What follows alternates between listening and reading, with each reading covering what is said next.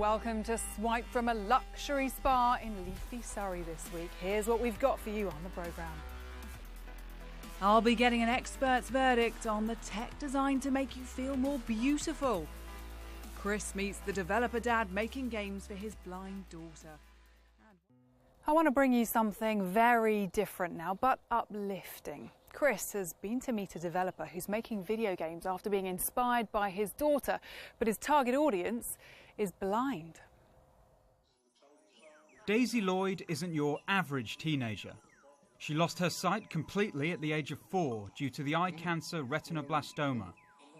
But thanks to her dad, she's able to play video games.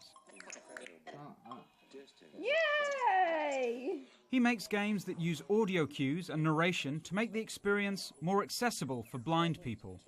I used to play games like Mario Kart on the Wii and stuff, and most of them don't have speech, so we as blind people don't exactly know what's going on.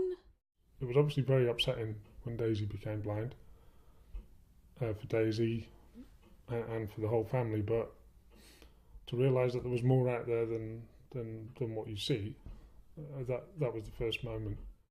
As well as inspiring her dad to create his company, Daisy has also become the chief tester for his games. With jumping saucers, my dad enhanced voiceover, things like that, so that we know what's on the screen. It's really difficult to blindfold yourself and test your own game. So I've tried closing my eyes and testing the game, but I haven't got the discipline because I want to succeed at the game, so I cheat. This space shooter is a game currently being worked on. You tilt the iPad to move the spaceship, and sound alerts tell you when you're in the enemy's crosshairs so you can dodge their attacks. As you can see, it's very visual too, with the aim being that it appeals to non-blind gamers as well. Okay, Mystic Jelly entry for Lettish is as follows. Redirect Wizard Lettish. And this augmented reality card game is another one being worked on by Daisy's dad.